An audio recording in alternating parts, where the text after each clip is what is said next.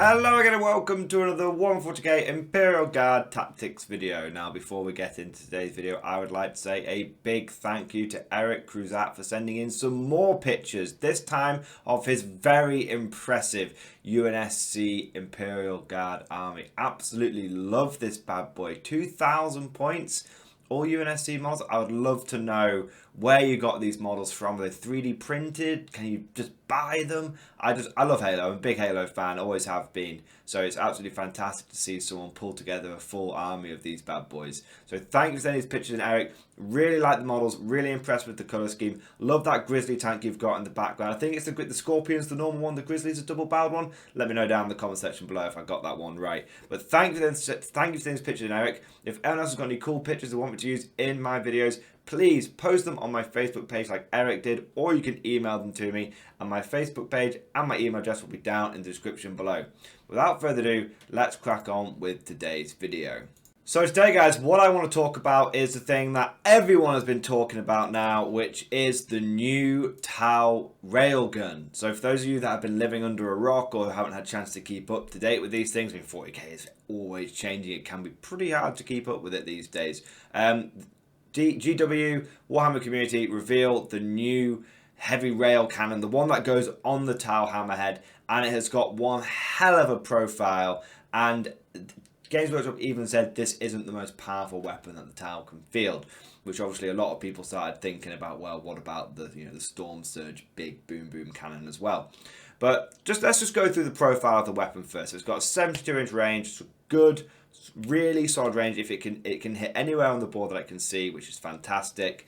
It's similar to like having a battle cannon. I know a lot of people poo-poo like you don't need a 72-inch range, but let me tell you, when you've got it and your opponent doesn't have it, it's a big deal. So it's got a 72-inch range. It's heavy 1, so it's still one shot, but it's now strength 14, and it's now AP -6.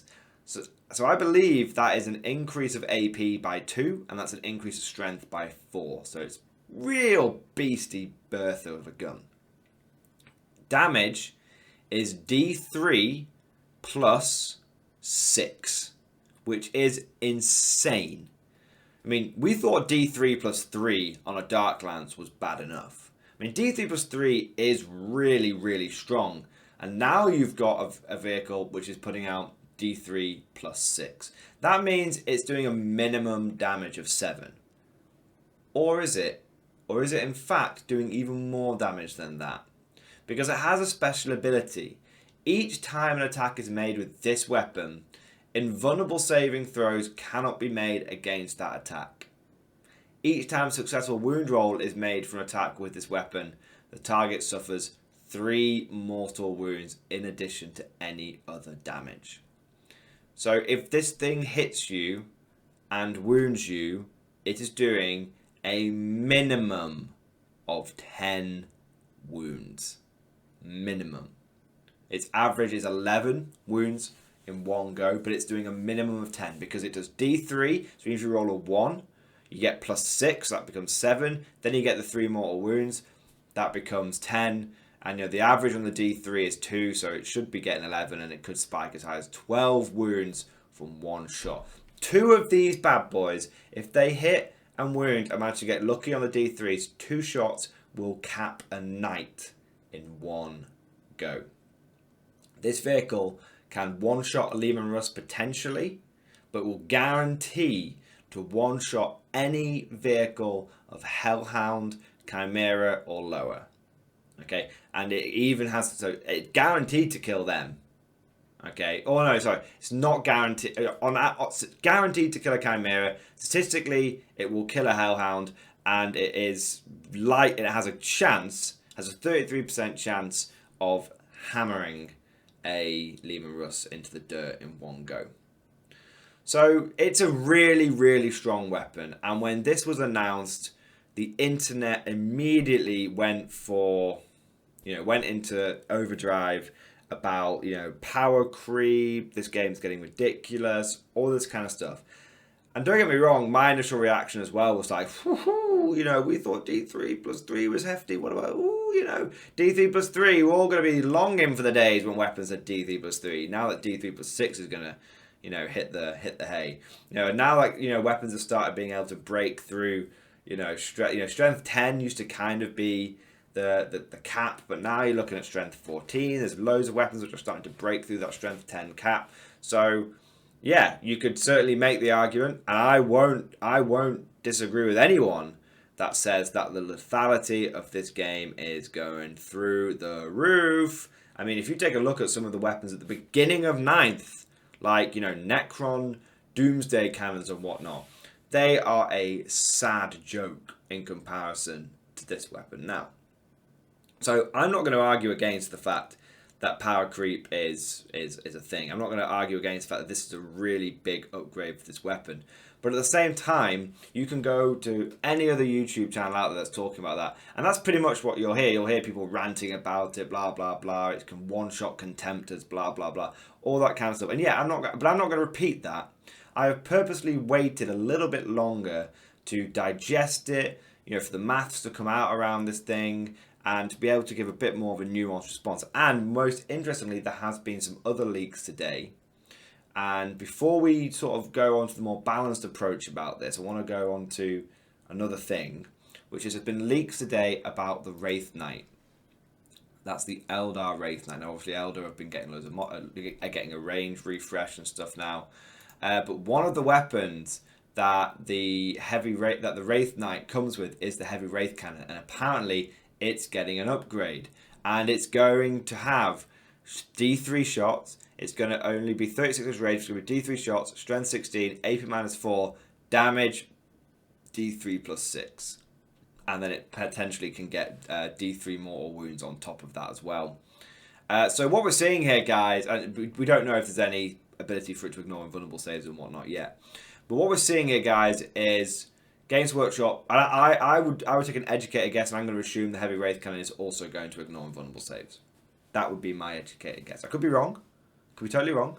But my educated guess is that the heavy Wraith Cannon is going to have a very similar sort of role in the game to the Rail Cannon, and this kind of weapon is going to become available to a lot of armies, I reckon. So it's pretty good that I'm pretty happy that I waited, because now not only are we seeing this as potentially it's happening in one place, it's happening in other places. So now we can start having a little think about where else that could apply to.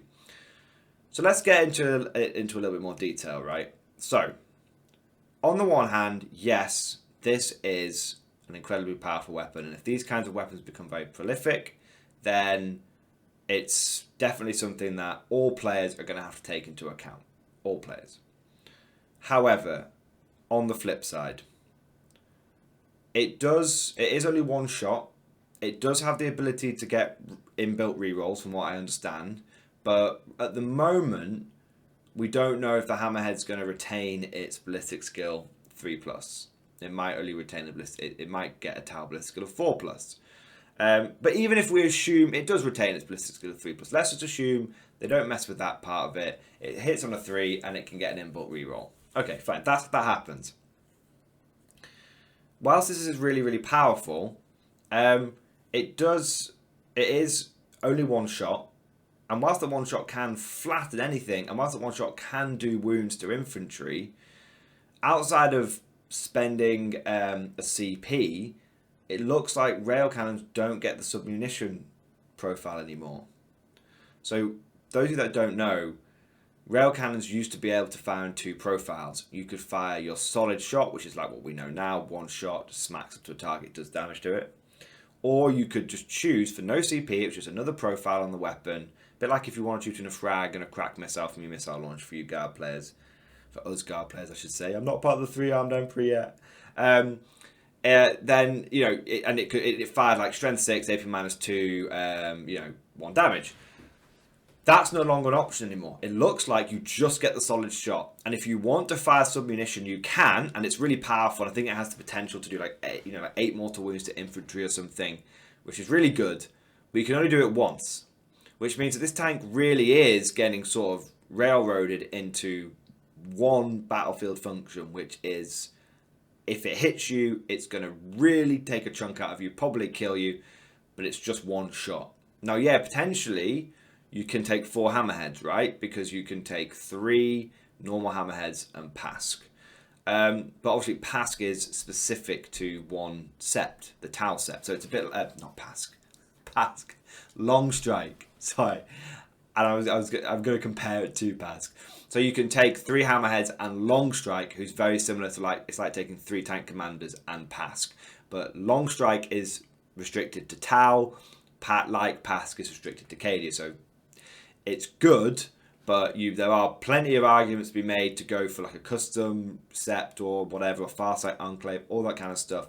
So it'll be interesting to see how it works. Now, even if you take, you take 4 of these things, again, you then look at the Hammerhead's profile. Now, there's no indication that the Hammerhead profile is going to increase in durability, which means you're looking at a vehicle which is toughness 7 with a 3+ armor save. Now, as guard commanders, we're very familiar with vehicles of that profile, aren't we? The vast majority of guard vehicles, toughness 7 with a 3+ armor save. And that isn't very defensive. That's not a great amount of survivability. In this crazy world that we live in at the moment, 3+ save, toughness 7 is nothing. It's nothing.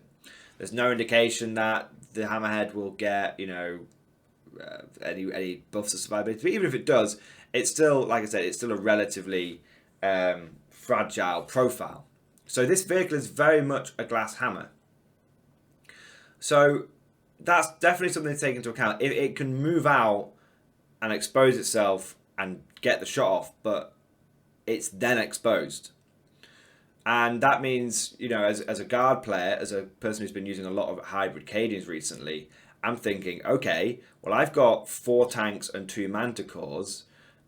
So I'm, even if the enemy gets the drop on me and let's say they're able to blow up a couple of my tanks in return, my return fire is very likely, with my 2 remaining tank commanders are going to blow up 1 enemy hammerhead, and then my two manticores can go into another enemy hammerhead, and then we're looking at okay, so it's 2v4 still.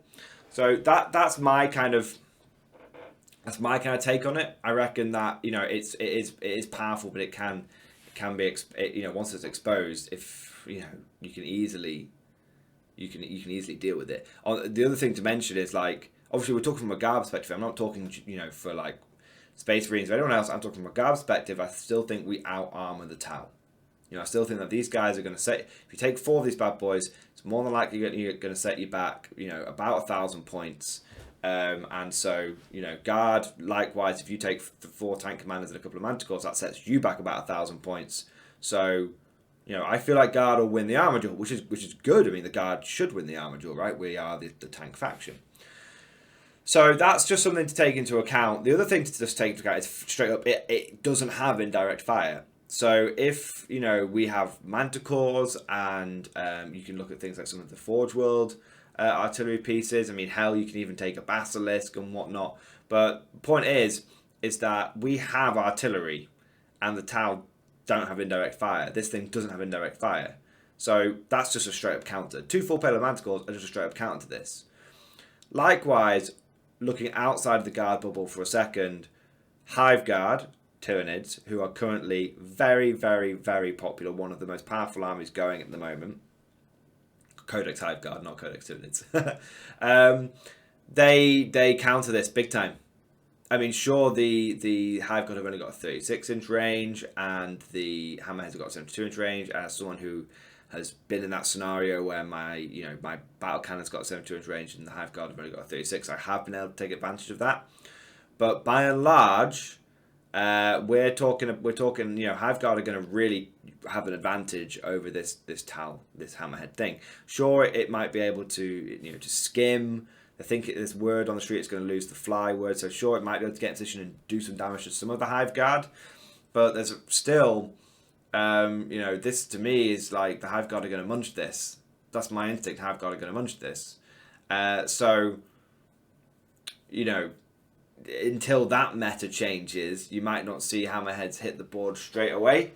Although everyone's going to buy them and paint them and use them, but I think they're going to enter into a meta which currently is kind of set up to counter them. You've got Cadian full payload manticores, which you have to take into account, because there's always a guard player at every event, running full pillar manticores, and there's a lot of hive guard around at the moment. Grey Knights, Grey Knights, it's all well and good having this tank that can absolutely obliterate anything, but if the enemy gets in your face and munches you turn 1, you might only get a couple of rounds of shooting with this bad boy.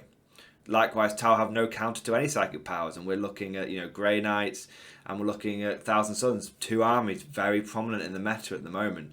So whilst this is a very, very powerful weapon, it's kind of entering into a meta which is a little ready for it. So we'll see. Am I saying it's not going to be good? No, I think it's going to be fantastic. Am I saying Tau players aren't going to use this? No, I think you're going to see several hammerheads in every Tau army. I'm ready for the Tau shooting phase to be what it once was, which was horrible. But that's what they're meant to do, right? So that's just something I wanted to, I just wanted to mention, like, let's allay our fears. From a guard perspective, we've got enough tanks and we've got indirects, so we've got 2 ways of fighting this. And, wider meta, there's other things out there as well. Now, let's talk about that Wraithknight thing as well. Let's talk about the wider implications of that. If Games Workshop is starting to bring in these bunker buster weapons, it is very, very interesting. I couldn't make a prediction on it yet, but I'm stroking my chin. If you could see me now, I'm stroking my chin. I'm sort of rubbing my temple thinking about it, because this is going to shake up the meta. And as much as some people may hate this weapon, it has actually introduced a really interesting answer to one of the old problems / questions that 40k has had, which is one-shot weapons have always been a bit poo, right? So there's always been this prevailing problem in 40k, always. That volume of fire is better than one big shot. It's always better to go, pretty much universally, always better to go with something that fires more but not quite as good shots than one mega shot. And the reason for that has been typically invulnerable saves, because there's no point in firing a big boom shot at something if your opponent has a 3+ invulnerable save or even a 4+ invulnerable save. It's better to fire 8 or 20 weak shots, which, even though each individually aren't going to do any damage, at least you're statistically going to get some through. Whereas if you're firing an old rail cannon into a Custodes or Contemptor, you've got like a 33% chance it's gonna fail against that Contemptor. You've got against Custodes, it's got a 6% chance to fail. Against a lot of invulnerable saves, it's only got a 50% chance of making it through.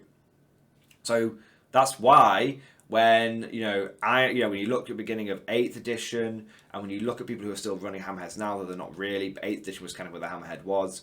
When you look at that, everyone ran iron cannon hammerheads because they had volume of fire. No one ran competitively. Obviously, there's always going to be some people that run individual things. I think Striking Scorpion loves his fucking railheads, and I always love seeing them because they're such an iconic unit. Principally, I hate Tau because I'm a guard player, and it's just one of the things I have to do is just hate Tau. It's written down. It's a rule, but at the same time, I can still respect El Clasico. I can still respect Rule of Cool, and I always thought Tau hammerheads were a very iconic unit for that faction. So it's always a bit of a shame, especially with the Railgun. So I always thought it was a bit of a shame when they were poo. So this actually, what we're talking about here is this rail cannon, and starting to see things like the Wraithknight getting it as well. Games Workshop has finally said, look, we're going to solve the question of one-shot weapons not being as good. We're going to make it so if something is just so ludicrously powerful, you don't get invulnerable save against it. You don't. And I think that's really interesting, because invulnerable save spam is a little bit of a problem in 40k. In fact, it's a big problem. We're pretty much at that point now where if you don't have an invulnerable save or easy access to many invulnerable saves in your faction, you're a worse tier. You're not as good. It's invulnerable save or bust, which is one of the things why, for the longest time, guard tanks really struggled because we just didn't have an invulnerable save. Getting that 2+ armor save helped, but, it's still not an invulnerable save. It's like, it's like a sticking plaster to a proper solution. So a lot of people have been saying for a long time, okay, we need to rein in invulnerable saves. We need to, Games Workshop, admittedly, from 8th edition, they've basically removed all, as quickly as, across every codex that comes out, no one really gets a 3+ invulnerable save anymore. So they've reined it in by saying, right, no 3+ invulnerable saves. Everything's going, invulnerable saves are going to be really capped at 4+, but they've still been giving them out liberally, and people pay through the nose for having a unit with an invulnerable save because it's so good. But now Games Workshop are like bringing this thing in where it's like, look, there are going to be counters to invulnerable saves. There are going to be weapons so powerful that your invulnerable save doesn't help you. It just slices right through it. Now, on the one hand, that's tactically, from a meta, from a list building, from an army choice perspective, that's fantastic. It no longer means invulnerable save or bust, because if you're paying through the nose for unit with invulnerable save, but there's going to be weapons that ignore them, then, you're paying for them that you don't need. So it shakes things up, which is great. On the other hand, it does, from a lore perspective, from a headcanon perspective, I think it does have a slight issue.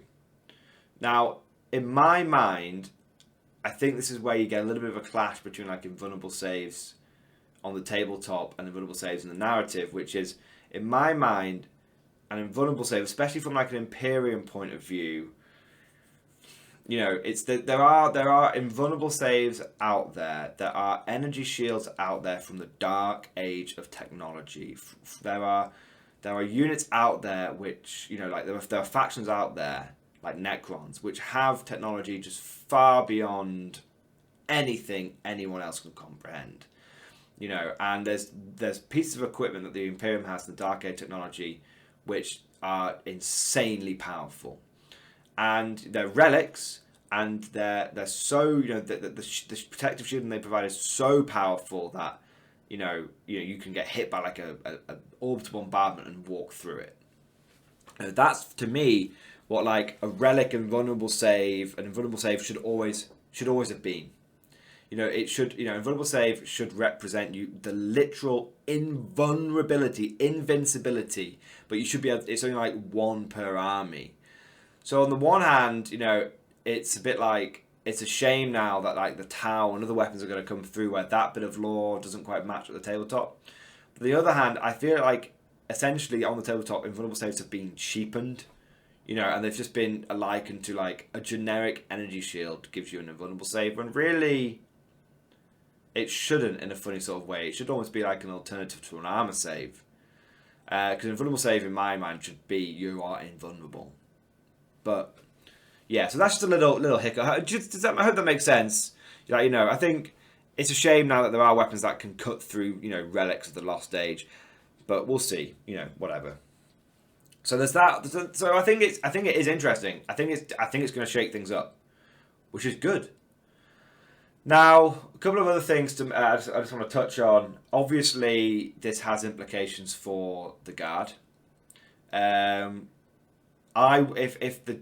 the Tau are getting a railgun with this profile, then I think the Imperial Guard Vanquisher cannon should mimic it. I think we should basically get the same rule. No ifs, ands, or buts. The Guard Vanquisher cannon should be as good as the Tau railgun. There's no doubt in my mind. If there's anything less, then you aren't going to fix the Vanquisher cannon. Because ask yourself this as a Guard player. Imagine GW snaps the fingers and the Vanquisher cannon now has the same profile as the Hammerhead. Would you take it over a Demolisher cannon? Would you take it over a battle cannon? The answer is yes. Of course you would. Because it's a weapon that you can launch into a Marine squad and flatten half of a 5-man Marine squad. It's a weapon that you can fire into tanks, and the Vanquisher actually feels... Can you imagine how cool it would be to have Vanquisher cannons going toe-to-toe with Hammerheads on the same battlefield, and the tank ace cannon feels like, that is what a game of cat and mouse that would be. How amazing would it be for Pask to have a Vanquisher cannon and for him to really feel like a tank ace? That's really what I want. And you know, that's I think that's just something that's just I just want to mention. Guard should get something like that. And my God, I don't want to even imagine what the Shadow Sword's going to get, because the Shadow Sword's going to get something insane. Hell, maybe even the Death Strike will become good. Who knows? The Death Strike will never be good. You can't balance it. You can't balance a nuclear missile. But yeah, you know, it does have definite implications for the Guard. And my thinking is, you know, it should definitely. The fact we should get a Vanquish Cannon that's like a railgun. You know, it should be the same profile. I know I'm all over the place here. A couple of other things I want to mention. As one thing specifically around the Guard. I really how does this affect us in our meta? So we'll have to wait and see how prolific the Tower Hammerhead becomes. If it becomes very prolific, then I think Hybrid Guard has still got, you know, it's still okay. But the ability for the Tower to have this weapon to cut through our new shiny 2+ armor save on our Leman Russes is tricky. I think it will very much depend on if we can win. You know, if we're starting with 6 pieces of armor versus the Tower 4 pieces of armor, hopefully we'll be able to win that duel. But I think this could be, you know, realistically, I think this is going to be a real big problem for Armored Guard. Real big problem. So that's not good. I think this could potentially, depending on how prolific it is, this definitely, for me, indicates a shift back towards pure infantry. Because, you know, you can only submunition, like I said, you can only submunition one of those railguns, as far as I'm aware. Let me know if I'm wrong. And that means that the rest of them, you know, sure, you can hit and kill, you can hit and, you know, you can shoot me with your hammerhead, but you're going to kill 4 infantry, big deal, I don't care. You know, you kill 12 infantry with 3 hammerheads, I don't care. So, you know, this definitely could be like, right, well, you know, if we're at this point again, where Leman Russes just get picked up in one bout, then that's fine, but I'm just not going to take Leman Russes. If it comes down to pure wound count again, and for every Leman Russ I can, you know, which is 12 wounds, I can get 30 wounds with the Guardsman, I'll be taking the 30 Guardsmen. So that's one thing to consider. We could definitely see, you know, pure infantry become more relevant for the Guard again. Scions, I think Scions will be, you know, will be affected by this, of course, but Torx Primes were already very fragile, and you were taking them for the Daka, you weren't really taking them for their durability. So I think Torx Primes, yeah, sure, you're going to blow up my Torx Primes. You know, they were already dying pretty quickly to Dark Lances and Cognus Lance Cannons and whatnot. So yeah, I think Scions will be relatively okay into Hammerheads because, you know, Landon Lions can just cut through that 3+ save, no problem with their plasma. So yeah, I think Scions won't be overly affected. You can hide Torx Primes pretty easily. They're quite a small vehicle. So yeah, I think Scions will be fine.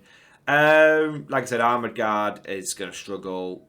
Hybrid Guard might be okay. It will depend on how prolific. And it will depend on if you get turn 1. If you get turn 1 and are able to... The Hammerhead is a big model. You only have to see a tiny bit of it from the tip of your barrel. To me, you know, with the new Cadian rules, you can go 10 inches, still fire twice with one of your vehicles. You've got 2 Manticores. I think if you go first, I think this is another situation for Guard where if you go first, you'll have a great time. If you go second, it's going to be dicey. So again, that's another situation, go first or die. So that's interesting. So yeah, I think that's one of the, you know, that's one of the things. Assuming you go second against it, I think you'll lose 2 Leman Russes, and then the fight's on. It's 4v4 armor pieces, isn't it? Yeah, that's how it's going in my head. So yeah, that's kind of overall my thoughts on it. I think it's very interesting. It you know, to sort of summarize, it sort of answers one of the age-old questions of 40k. It really adds a new tactical element. If invulnerable saves aren't all that anymore, does that mean people are going to start spamming less stuff with invulnerable saves? Very interesting. You know, and I think it's definitely something, you know, makes a tower threat. I mean, at the end of the day, as much as I want to, you know, as much as I want to like rag on this and hate it, I want to see it. I want to see it on the battlefield first. I want to see the whole codex first. But one thing I would say is, I kind of like that game. You know, it shouldn't be that there should never. Games Workshop are making scary units scary. A hammerhead with a rail cannon should be a oh fuck moment. for your opponent, for the person on the other side of it. That's what it should be. Okay, whether you love it or whether you hate it, someone putting down a hammerhead with a rail cannon should always have been a that's a problem for me moment. That's what it should always be for the opponent of the hammerhead. Not statistically the hammerhead is the worst, bloody railhead is the worst gun in the game. So, tank gun in the game, something crazy like it was. So it's going to now be a scary unit, which it should be. Wraithknights, likewise, if they, from what I understand, they're getting pretty well improved. It should never be your opponent puts down a Wraithknight and you go, oh, what a noob, that's going to be easy to deal with. It should never be the case that you as a guard player put down a Baneblade and your opponent basically laughs at you. The implications for this are very interesting for guard. Our Vanquishers, look, they should be getting a good upgrade. If Games Workshop is making scary units scary, then I want to see a Baneblade. I want to see how you make a Baneblade scary, Games Workshop. That's what's going through my head. Let me know what you guys think down in the comment section below. Of course, as all commanders, we are duty bound to hate Tau and to moan about every single buff that they get. I totally understand that, and I fully endorse and accept high levels of Tau Salt, anti-Tau Salt down in the comment section below. I will fully be embracing that meme as well. However, I also would like to get your guys' perspectives on, are you just pissed off about this? Or are you kind of like, yeah, I now have a healthy respect for the railgun? Like I have a healthy respect for it. It matches up to the fluff where guard commanders do have to have a healthy respect for the hammerhead, a healthy fear for it. That's kind of my perspective of it. I have a healthy respect for it. I am worried about the power creep, but it does also open up some tactical implications. What do you guys think down in the comment section below? Hopefully, I know this was a bit of a longer video, and I feel like I may have repeated myself a couple of times, but I'm trying to really turn the screws on being a bit more nuanced in the videos and providing loads of different perspectives and covering a bit more. So I know this wasn't hot off the presses from last week, but hopefully it's got a little bit more depth than just doing an initial hot take. Thank you guys for watching. As always, I want to say a huge thank you to all the Patreon supporters. It is thanks to the Patreon supporters that this channel is where it is. Without them, I wouldn't still be doing this. That's how important the Patreon supporters are to this channel. So massive thank you to all the Patreon supporters. You guys are legendary. And honestly, if you're ever thinking of becoming a Patreon supporter, there's a link down in the description below. I keep it super casual. I don't do levels or anything like that. My philosophy is, if you think that I am worth something, if you think these videos have got some merit, you judge that on your own basis and you donate to me what you think it's worth. $1, $20, I don't mind. I'm just grateful for any support, and and I always reinvest the money back into the channel, new terrain, new video editing software. I've got new voice recording software and everything that I've been trying out with thanks to the Patrons and all that kind of stuff. So that's how I run my Patreon. I leave it down to you guys to decide how much you want to get involved. But massive thank you to all the Patrons. Hope you guys enjoyed this video, and of course I'll see you guys next time.